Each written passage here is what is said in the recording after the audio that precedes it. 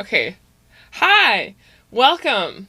It's spooky season, if you're watching this in order, and, yeah. I'm about to do my next favorite spooky movie. Yeah, so I'm gonna go block my eyebrows, put my hair back, and then we're gonna settle in, because we're gonna be talking about Carnival of Souls from 1962. Very excited about this one. Doing a very different makeup for this one. And, it's not a vampire movie. I just had the teeth. I thought it'd be fun. See you in a second.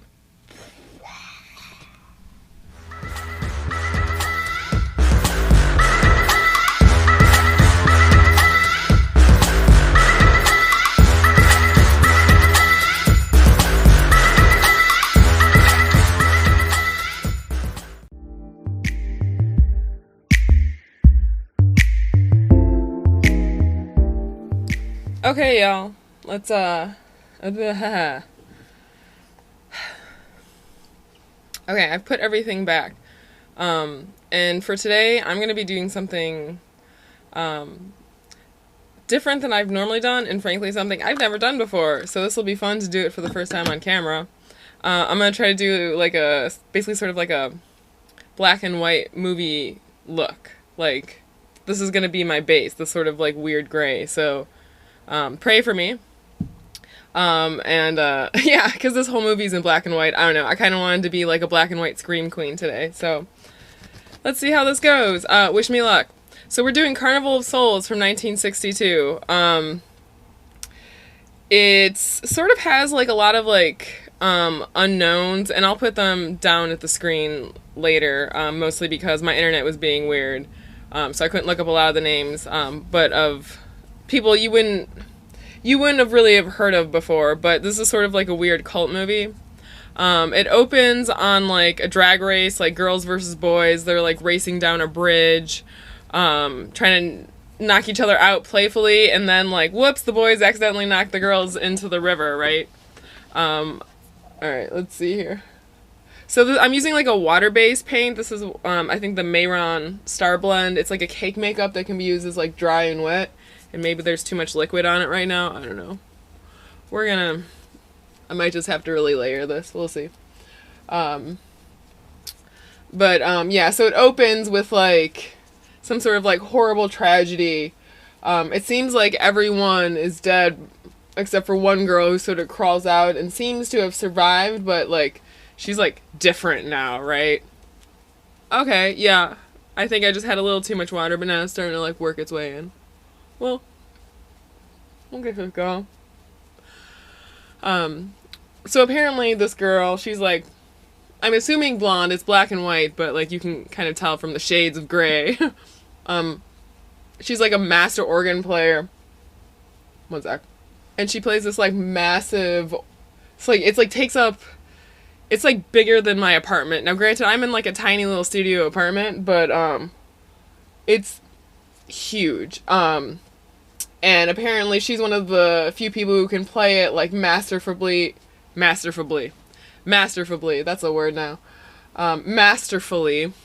And so she gets a job somewhere as soon as she gets, I guess, better playing the organ at a parish nearby. She seems kind of like out of it or whatever, but like granted, she probably just had a major traumatic experience. And you know, as a doctor later sort of alludes to, but doesn't use the words, like, she's, like, in shock, you know, she's been through a lot of things have happened, so, you know, she's getting by how she can, right, and that all seems somewhat normal, right? Oh, yeah, her name's Mary, and then, oh, yeah, as she leaves, I guess the music director or whatever gives us this word of advice for her new job, which will become ironic: put your soul into it.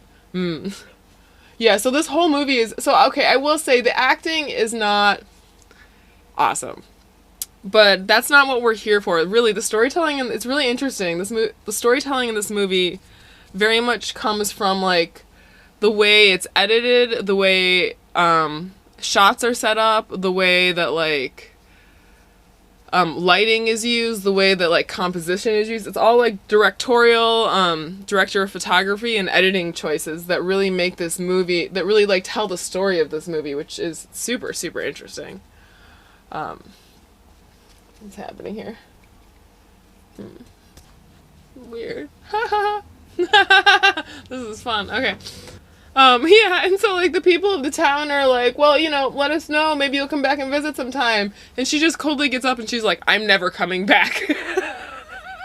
It's kind of awesome. And, like, they think she's, like, sort of full of herself and she's not, like, humble or grateful enough or whatever, which, like, I don't know. Like, girl just, like, all of her friends are dead. She survived a traumatic accident. She's got survivor's guilt, probably among all sorts of other things. So, like, maybe, like, I don't know, like, give her a break. Yeah, I think we're gonna switch to sponge, y'all. Oh, yeah, I've got a secret little, like, teacup of water over here. Oh, yeah, that's a fun sound. Can you hear that?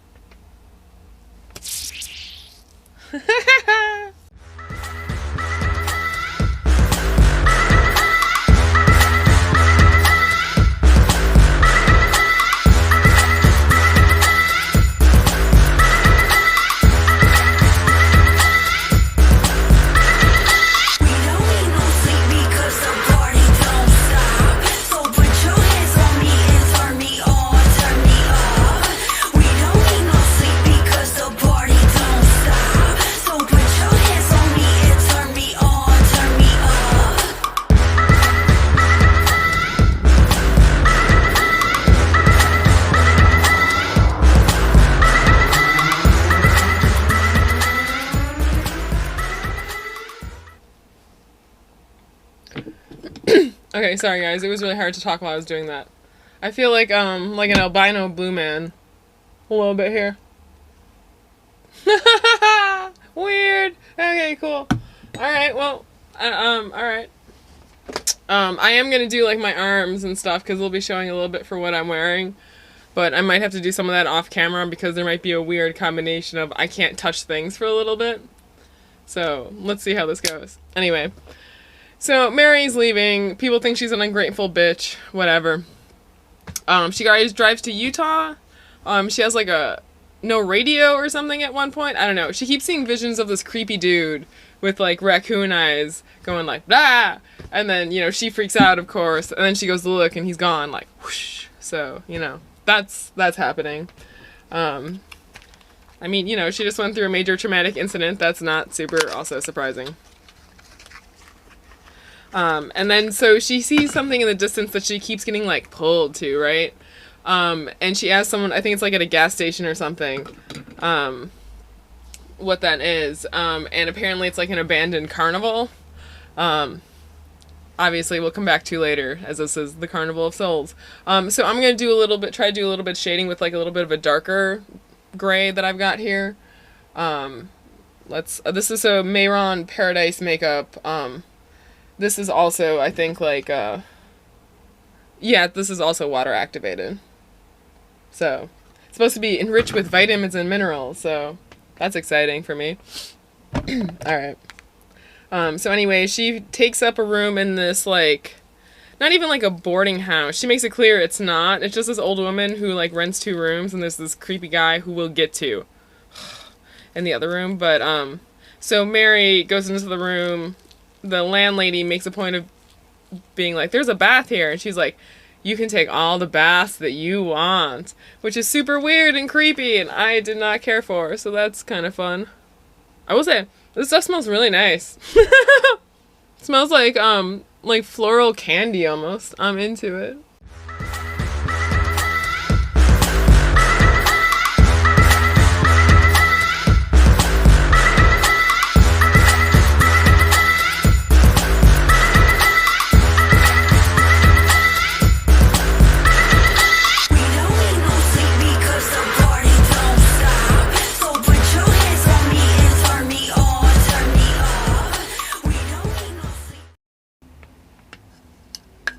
Okay, I know this looks a little crazy, but bear with me, it's gonna get better. So she meets the priest at the new church. They want to have like a big reception, welcome reception for her. She wants to skip it. She's like, I don't like people. And he's like weirded out, but he's like, okay, whatever. But she plays beautifully, and it's like hypnotizing almost. Like everyone just stops what they're doing and is like, so beautiful. It's like super creepy. So she keeps asking about the old carnival. So like the priest takes her there. He takes her, of course, to outside the gates, and he's like, "No, we're not going inside." Even though but she like really wants to go in. So like, it's pretty obvious she's like pulled to this like mysterious place. All right.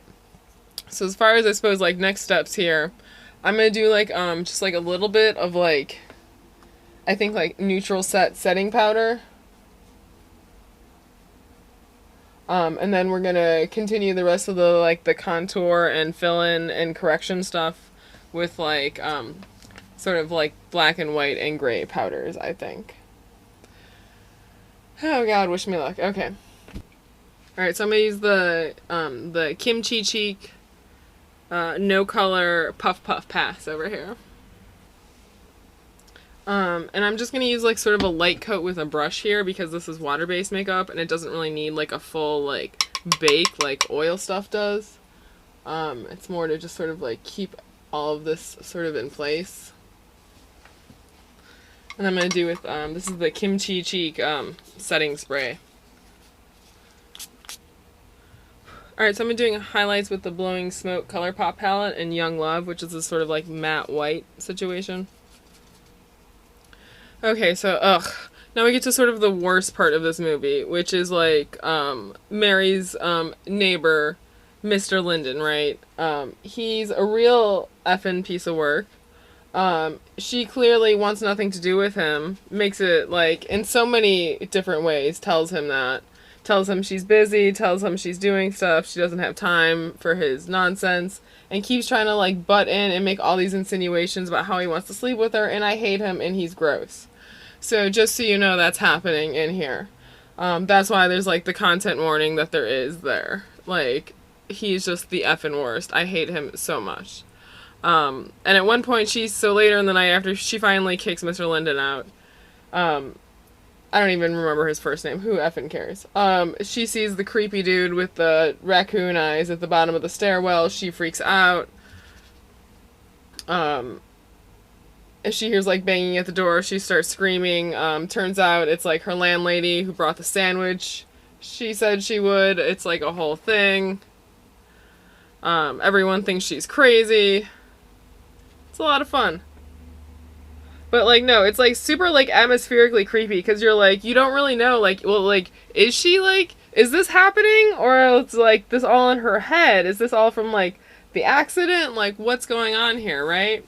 It is very, like, sus in, like, a lot of different ways. Oh my god. And then, yeah, effing, like, Mr. Linden comes, like, next morning. He's like, I thought you might want coffee. It's like, no, go away, you fucking creep. Oh god, I hate him so much. He is, like, the worst. The worst. We're also doing a little bit of stone face, which is this, like, gray color here, so it's not all, like, super highlight. I'm trying to create a little dimension here. But anyway, yeah, so my notes about Mr. Linden. OMG. And it seems like he tries to put, like, oh yeah, so he also, like, puts whiskey in his coffee and, like, tries to put some in hers. Like, it's like effing, like, Sunday morning, she has to go to work. Like, also, like, really? You're gonna drink whiskey? Whatever. Like, you're not on vacation, dude. This is, like, normal life that's happening right now. I'm not super into your vibes. Oh yeah, my notes are basically like, God, I hate Mr. Linden. He complains that she uses words that are too big for him to understand, which, like, at that point, I'd be like, get the fuck out of my apartment, then, that's your, like, really, though. Like, if you don't know something, that's fine, you can I don't know, I just can't. I can't with his ass. I hate him so much. Anyway. So then we get a little montage of her going shopping, which is always fun.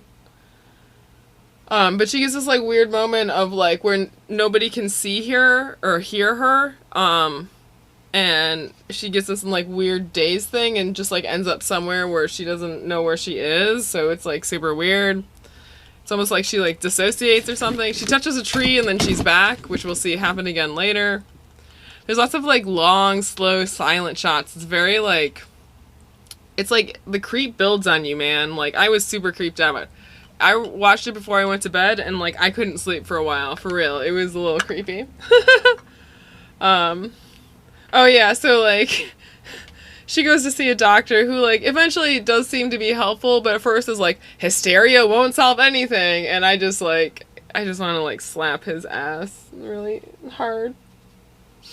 Like really. Anyway. So I think I'm just gonna do this sort of like darker gray a little bit. I'm just gonna do like a very like light on the eyes here.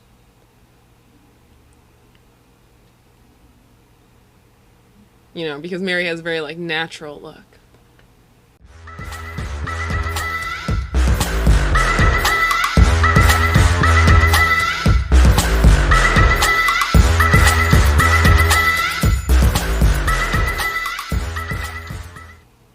Sorry, it's hard to talk while I'm doing this. We'll get right back to it. But yeah, basically her shrink thinks that this is like a guilt feeling from her accident, which I think is reasonable. But she thinks she needs to confront the carnival that keeps calling her. Okay, so this is about the halfway point, and we finally, and she finally, like, goes to the carnival. It's daytime, though, mind you, so, hold on.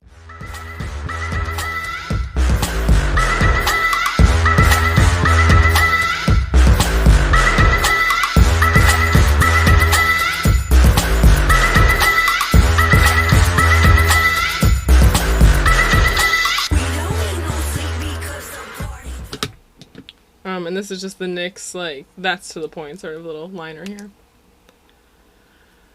But anyway, she goes to the carnival, she walks through buildings, things move on their own, mattresses slide down, sort of rides with nobody there to run them. It's super sort of weird and creepy, but she seems into it, so that's, I guess, good for her. Even though there seems to be this really evil, ominous vibe.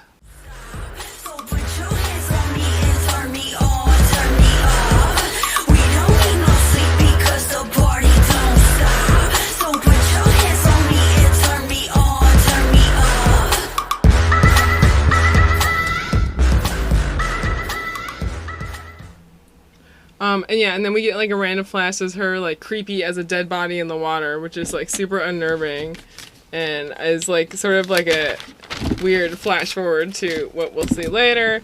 Oof. Yeah, oh god. The amount of times I wrote, gee, go away, Mr. Linden, in all caps in my notes. Like, actually though.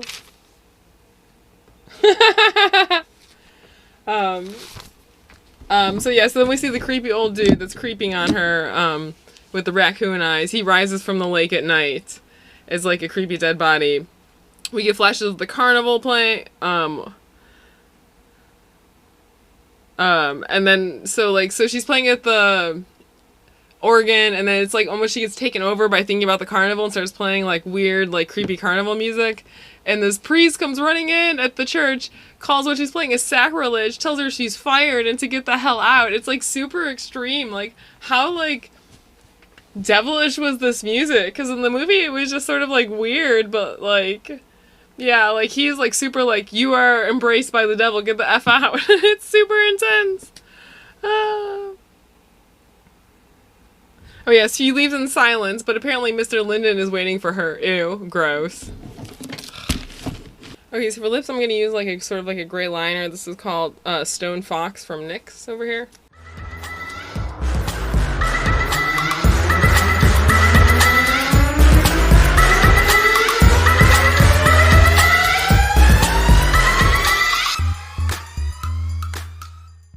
But yeah, basically Mr. Linden at night after she's fired is like mad, is like all nice to her and then is mad he won't sleep with her, or she won't sleep with him. He's super drunk and is gross about it. I think yeah, go die, Mr. Linden, I wrote. He's the worst.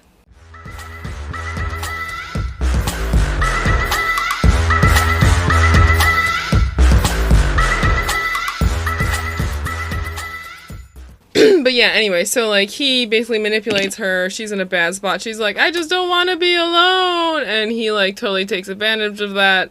She lets him come over his place. I hate him so much. It's awful. It really is.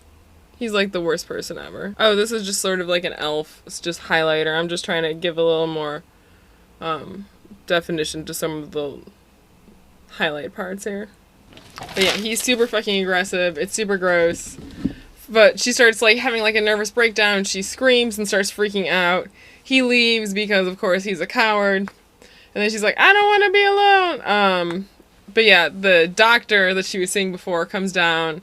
She refuses like sort of like any sort of help. She gets kicked out of the boarding house. The lady's like, just like defend yourself, tell me what's going on. But she says nothing. It's super weird. She needs to get her oil changed, or something happens to her car. She needs to get like her oil changed or something checked. So she pulls into like some sort of station. She refuses to get out while they're doing it, and they're like, oh, that's fine. Like, I don't think that's okay. I'm pretty sure you have to get out of the car when they're like doing stuff to it, but whatever. Anyway, she flees mid-change, and just sort of like gets out of the car and runs. We get another sort of thing, a weird fade where nobody can hear or see her for a while until she touches like that tree again, and then she's back. She sees a bunch of ghouls and stuff. We keep seeing that creepy old man over and over. They seem to lock her in in a train yard. She finally is back after the tree. She screams, I don't know what's real anymore. Which, yeah, I would feel the same way if I was her, probably. Also, like, did you pay for that oil change, girl? I don't think so. Anyway, we're back at the carnival. The zombies rise at night and do a big dance in the big, ballroom. It gets lit up. It's this, like, creepy dance of souls, right? She gets there at night. The ballroom is lit up. She sees all of this. She sees her ghoul self dancing with the creepy dude with the raccoon eyes. She screams. They try to run. They chase her. And then, like, oh no, they got her! Yeah. And then we get, like, a flash to, like, cops dude, priest, being like, where did she go? Where did she go? Where did she go? Because they're trying to figure out where she went after she, like, fled her car, right? And then we get, like, a weird fade and cut to, like, two dudes pulling something from a lake.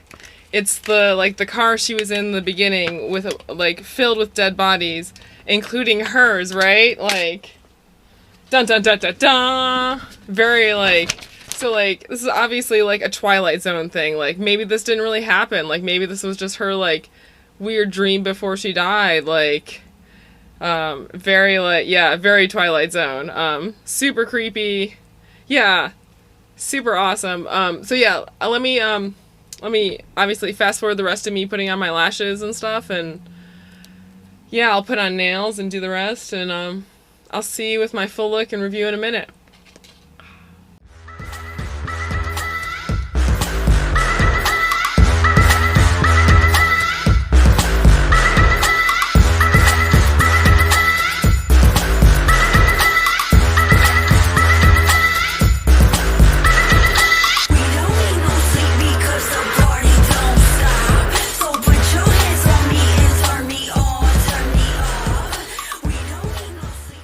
Okay, so I apologize. I'm doing what I can over here. Anyway, yeah. So, yeah, don't adjust your televisions. Boom! Haha! So, I'm gonna give this, I think like a 4 out of 5 creepy carnivals. Mostly because I wish the acting was just, like, a little bit better, but, like, everything else is just so worth it. It's such a creepy movie. It's a great one. If you don't like, it's not like gory or anything, so if you can't handle that, this is a great one. But yeah, I hope you're enjoying spooky season, and I'm about to go make my bathroom a mess when I go wash this off, so I don't know, my neighbors will kill me, but Bye. Bye.